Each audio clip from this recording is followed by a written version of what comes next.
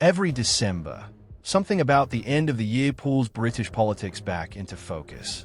And like a lot of people who lived through it, Brexit has a habit of resurfacing. You remember the moments. Theresa May fighting off a confidence vote in late 2018. Boris Johnson sweeping to victory a year later. Then, just after Christmas 2020, a massive EU-UK trade deal dropped days before the transition period expired. Fast forward to today. Nearly a decade on from the referendum and 5 years on from the trade deal, it feels like a good moment to stop and ask a simple question. How is Brexit actually going? The short answer is not especially well. Back when Brexit was still unfolding, TLDR even released a tongue-in-cheek project called Brexit: The Colouring Book. It walked through the whole saga with illustrations and a detailed timeline. That book has now been updated, expanded, and re-released with everything that has happened since. It is available in the store right now with a limited discount. But let us get into the substance. When people judge Brexit, they usually do it in two ways: the economics and the politics. So let us start with the economy. Before the 2016 vote, warnings were everywhere. Banks, economists, and international institutions said that leaving the EU could trigger a sharp downturn or even a recession. When that did not happen immediately, Brexit supporters claimed victory. The lack of an instant collapse was treated as proof that the warnings had been exaggerated and that Britain was heading for something better.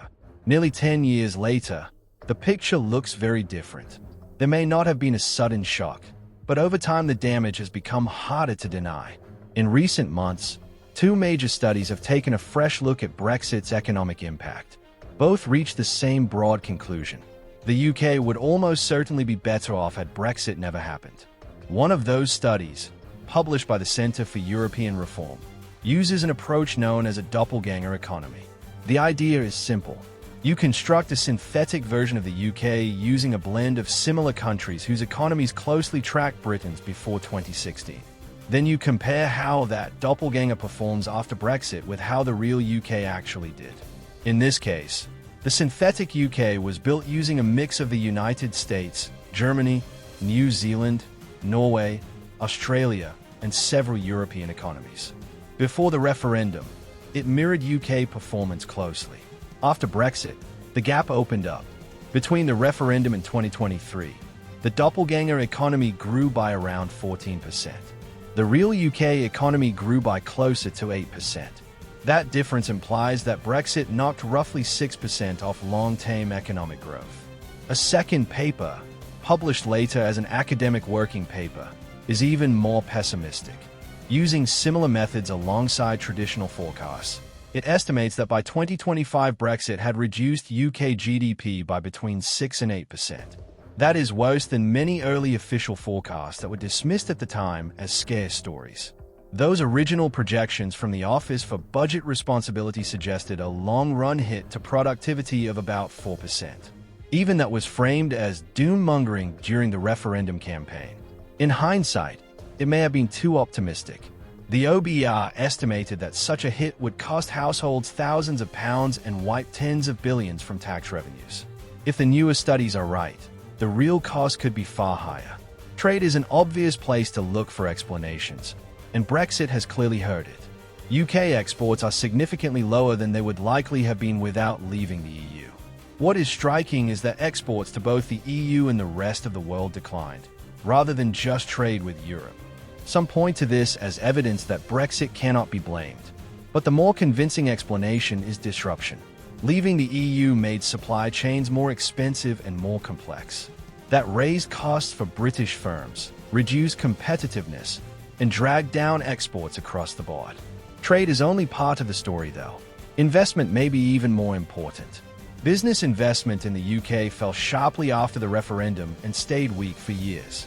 Compared with the doppelganger economy, private investment was around 10% lower. That matters because weak investment feeds directly into poor productivity and slower growth. There's some good news here. Investment has finally started to recover, both publicly and privately.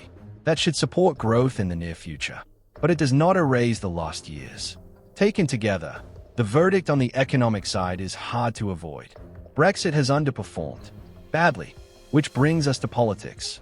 And here too, Brexit has failed to deliver what many hoped. Polling now consistently shows that a clear majority of Britons see Brexit as more of a failure than a success.